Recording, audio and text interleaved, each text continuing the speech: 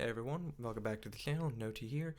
As you've noticed, it's not your average podcast episode I'm doing with Star. Instead, it is just me trying to discuss something that I've wanted to talk about for a little while now. Well, this conversation started from an interesting Twitter post I found like about a month or two ago.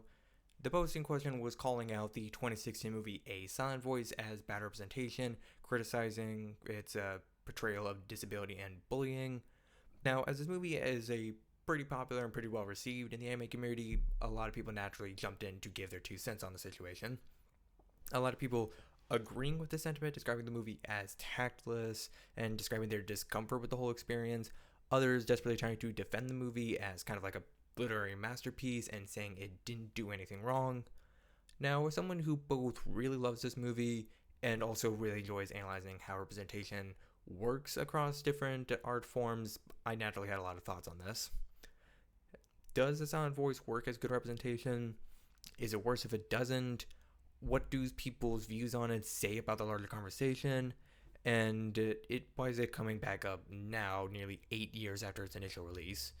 I'm going to try my best to communicate my views in this video. But first, a little background on the movie. A Silent Voice was released in Japan on September 17, 2016, and was released worldwide in February 2017. It was produced at Kyoto Animation and was directed by Naoko Yamada, with screenplay written by Reiko Yoshida, character designs by Futoshi Nishia, and music by Kensuke Ushio.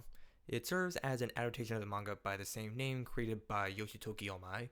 It tells the story of Shoya Yoshida, a high school boy dealing with social isolation and its effects after bullying a deaf girl years prior. Feeling at the end of his rope, he eventually reunites with the girl Shoko Nishimiya and tries to make amends with her. Now, spoilers for the rest of the movie. Now, the opening 30 minutes, which takes place in the past during elementary school, is primarily meant to show the first wave of bullying and harassment done to Shoko, and then kind of watching how that all wraps up and sets up for the rest of the movie when they're in high school. It's legit very difficult to watch. You feel really bad for Shoko, and you really do not like Shoyo the entire time, but it does feel wrong watching how the entire situation wraps up, showing kind of the real lack of care anyone really has about what was going on. They didn't really try to address or solve any of the issues that led to what happened. They just found the quickest, easiest solution possible and took it, which was pinning Shoya as a scapegoat and kind of moving on from the whole thing. Now we then time skip from there into high school, and from there the film was more of a very intense character study, mainly focusing on isolation, mental health, regret, relationships, and suicide. Now I'm just going to start by saying that I absolutely love this movie. It's one of its biggest strengths is its character writing, which is just absolutely top notch. You have a way of kind of getting an idea of what each and every character is about, both through their ability and inability to move on what happened in elementary school. And whether or not those characters are likable or not, you always have a firm grasp of who they are, how they're operating, and how they're handling the whole situation as it's kind of happening to them. It's like the animation is been talked about and praised to death. There's not too much I can really say. Kyoto Animation's strength for lighting and coloring always helps to create a very realistic and intimate feel to a lot of their projects, when that is certainly no exception here. But I always will praise the framing and use of camera focus to really put us in the point of view of Shoya, kind of where he's at right now, and then as it grows and changes with him across the movie to kind of reflect where he is at the end of it. It's just really simple but super effective storytelling. And the music by Kensuke Ushio is top notch as well. I was literally listening to the soundtrack as I was writing out the script for this. It's a very simplistic score, but it always has a way to build and reflect what is going on in the current movie, and also the use of sound design kind of integrated with it really helps reflect a lot and adds so much to all of it. So yeah, this is a absolutely phenomenal movie that I always recommend to a lot of people. So where does the problem lie? As I said earlier, the main themes of this movie are regret, mental health, bullying, and suicide.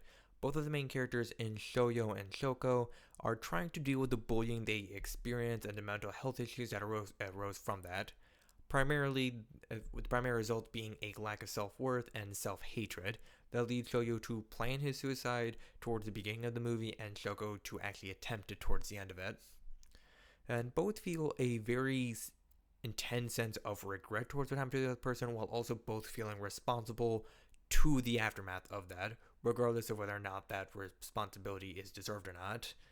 And it also shows how all this affects their relationship with each other and the people around them. Now, these two are very thematically linked and important. At the end of the day, Shoyo is ultimately the main character of this movie, and Shoko's not really the main focus for most of it. It has led some people to claim Shoko is a blank character, which I absolutely vehemently disagree with. While she doesn't have a very over-the-top personality, it does match with the character that the film has set up for us, and she is very well written on top of that. Like I just said, she is basically written as a foil to Shoya, showing how these cycles have affected both of them, and shows that they are more similar to each other than they initially thought, leading to a very meaningful bond that helps both of them grow from what happened. But this still isn't Shoko's story, and her struggles outside of Shoya, while they do exist in the movie, aren't really a focus. Shoyo and his struggles, his side of everything, is the main focus. But again, it is commented on how Shoya's need to make amends. It does have negative effects on Shoko, primarily by ignoring what her actual needs are for most of the movie.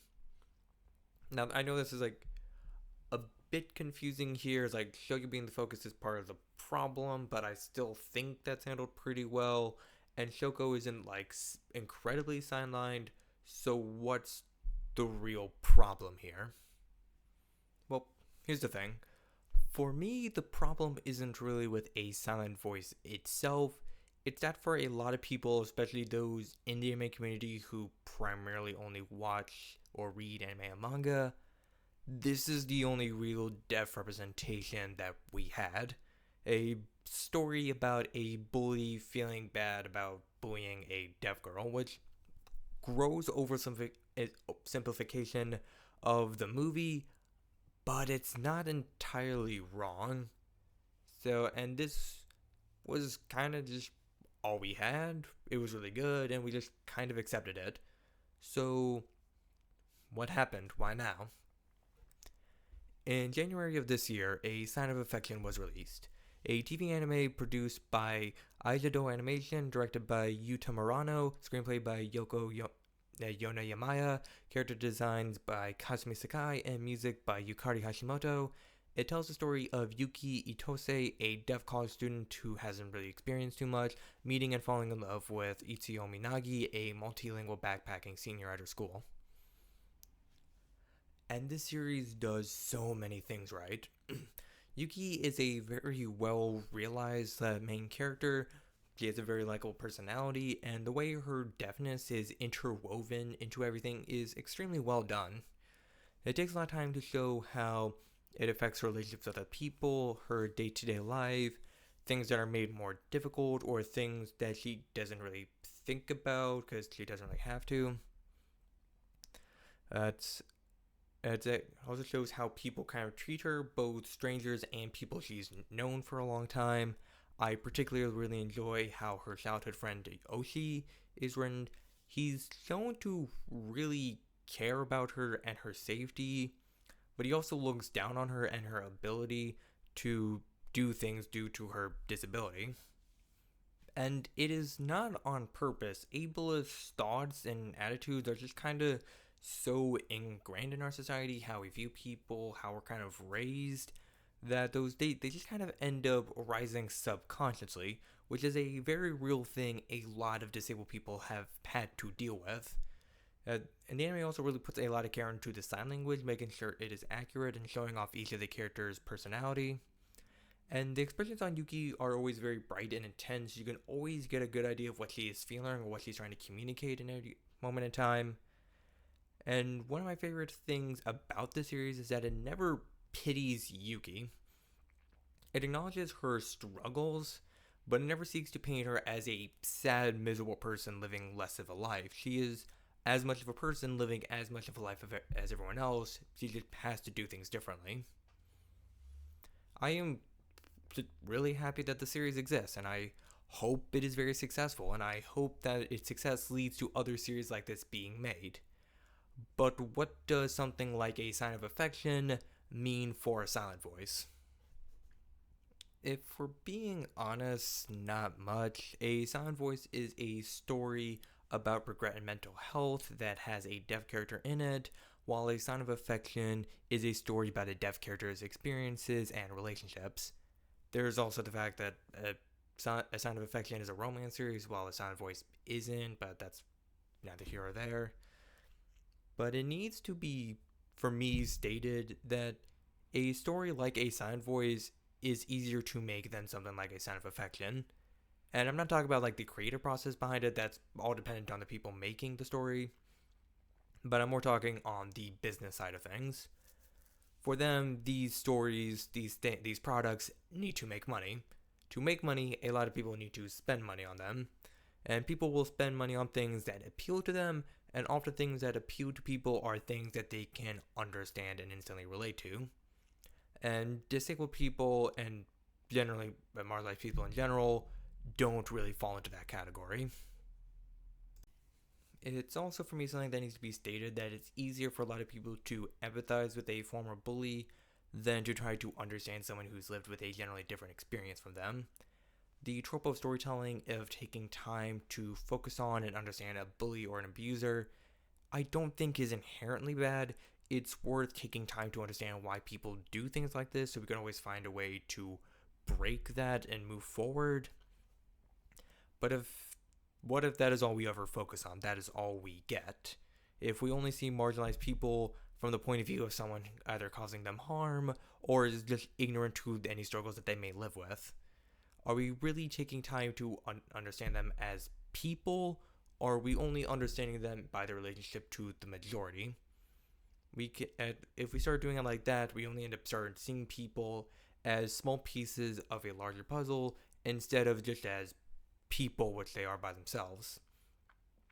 A Silent Voice is a very emotional, impactful movie, but only having stories like that, in my opinion, is just kind of harmful in the long run. A Silent Voice was lauded and accepted as good representation because for most people, simply empathizing with someone's relationship with a marginalized person is enough. They don't need to take the time to understand the person themselves beyond that. And that really needs to be challenged. The time needs to be taken to understand people, not just in their relationships with others or by society, but just as they are by themselves. As I've said multiple times, I genuinely love A Silent Voice. It is a masterpiece of emotional storytelling. It is visually spectacular, but it can't exist by itself.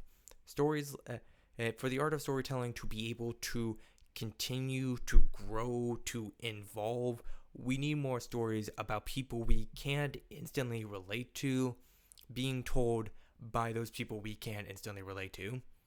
And hopefully with series like A Sign of Affection, maybe we'll get closer to getting there.